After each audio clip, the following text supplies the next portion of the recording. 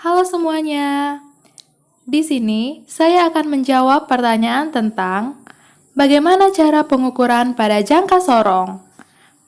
Pertanyaan pertama, apakah guna skala nonius pada jangka sorong? Skala nonius atau bisa juga disebut skala Vernier ini adalah skala bantu yang berfungsi untuk membuat hasil pengukuran kita menjadi lebih teliti lagi dengan tingkat ketelitian mencapai 0,1 mm.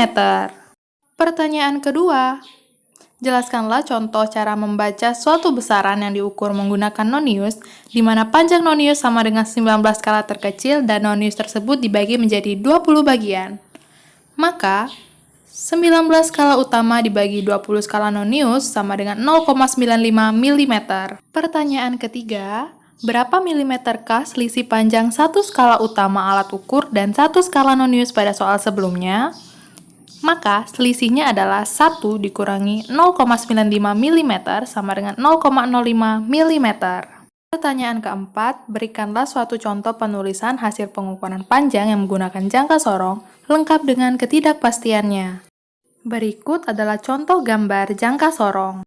Pertanyaannya adalah, hitunglah hasil dari pengukuran jangka sorong tersebut. Rumus yang digunakan untuk menentukan hasil pengukuran adalah skala utama ditambah skala nonius. Maka, dari gambar dapat diketahui bahwa skala utama 2,2 cm, skala nonius sama dengan 0,08 cm.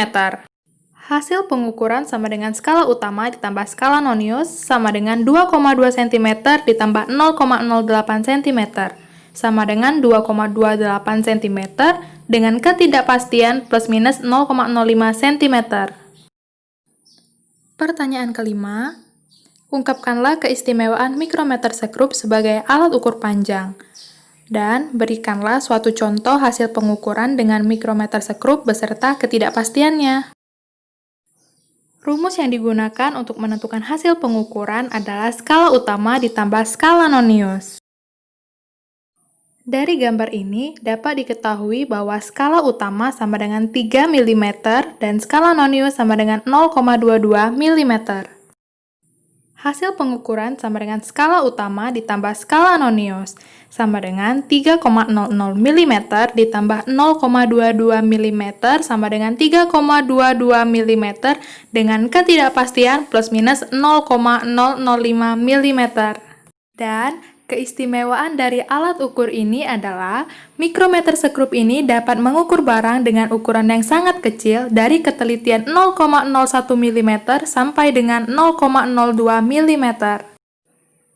Baiklah, sampai di sini dulu penjelasan yang saya sampaikan. Mohon maaf bila ada yang salah. Terima kasih atas perhatiannya dan sampai jumpa lagi.